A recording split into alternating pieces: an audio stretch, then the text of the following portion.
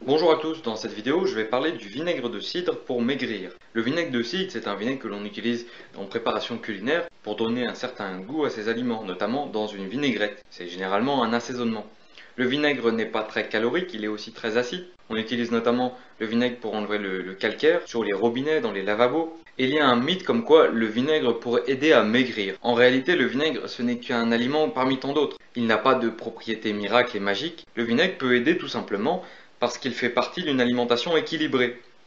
Mais boire uniquement du vinaigre et ne rien manger, ce n'est évidemment pas du tout une bonne idée. Et une cuillère à soupe de vinaigre le matin ou le soir, ça ne changera pas grand chose à votre amaigrissement. La raison pour laquelle beaucoup de gens pensent que le vinaigre est utile pour maigrir, c'est parce qu'il a une valeur symbolique. Il s'agit en quelque sorte d'un rituel qui nous maintient dans notre amaigrissement, qui nous aide à tenir sur la durée, quelque chose que l'on fait tous les jours, et dès que l'on arrête de prendre du vinaigre régulièrement, on sait que l'on est en train de déraper.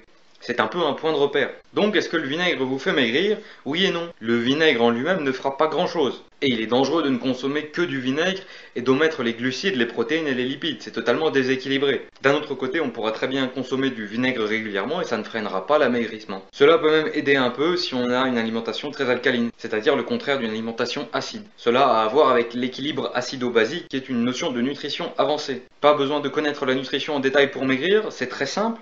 Vous avez pris un peu de gras excédentaire sur votre corps tout simplement parce que vous avez quelques mauvaises habitudes alimentaires qui se sont installées au fil des mois et des années dans votre quotidien, parfois sans que vous vous en rendiez compte même.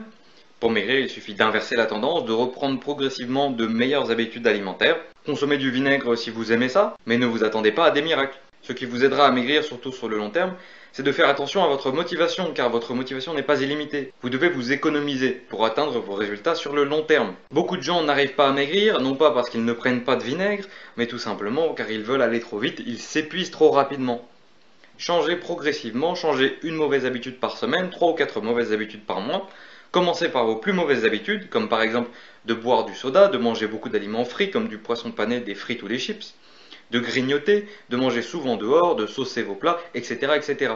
Prenez le temps d'analyser votre alimentation et changez en priorité vos plus mauvaises habitudes. Vous obtiendrez des résultats rapidement. Pour récapituler, est-ce que le vinaigre fait maigrir?